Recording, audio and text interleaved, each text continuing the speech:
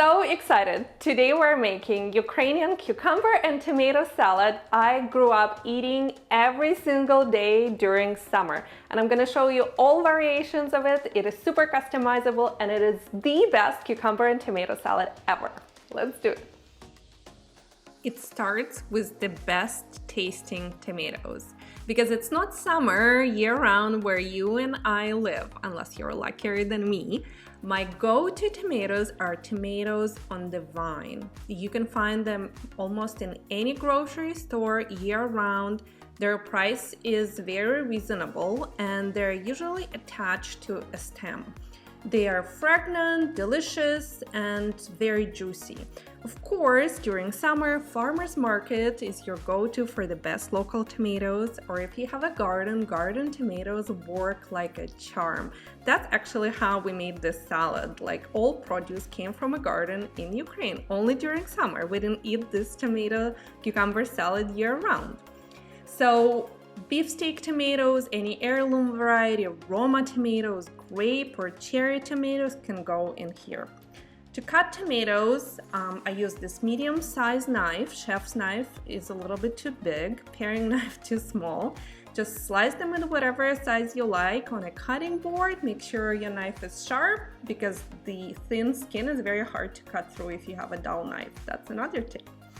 Cucumbers. Long English cucumber works like a charm. It has very thin skin, available year-round, any grocery store.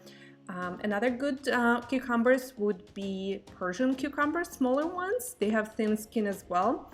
During summer, dill, like those pickle cucumbers, are really good if they don't have tough skin. Or there are some garden cucumbers, but they usually have to have a very thick skin that's bitter, so make sure to peel those. Cut in the same slices as tomatoes. The key is to have same bite-sized pieces. As for herbs, I'm using dill, and make sure to remove the smaller dill weed from the thicker stalks and chop it up. In Ukraine, we used fresh parsley, green onion, no dill. Literally, I ate this salad, just cucumbers and tomatoes seasoned. Red onion, I have sliced red onion, but to be honest, I love it more without an onion, and that's how we ate it.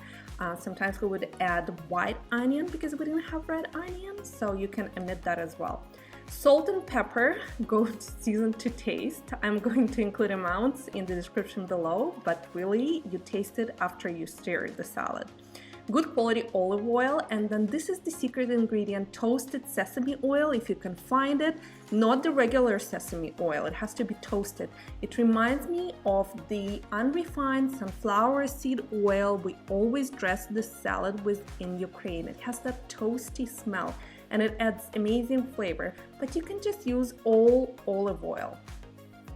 I would be lying if I didn't say that we make this salad more often than any other salad year-round for any occasion, easy dinner or serving to guests. I hope you guys enjoy!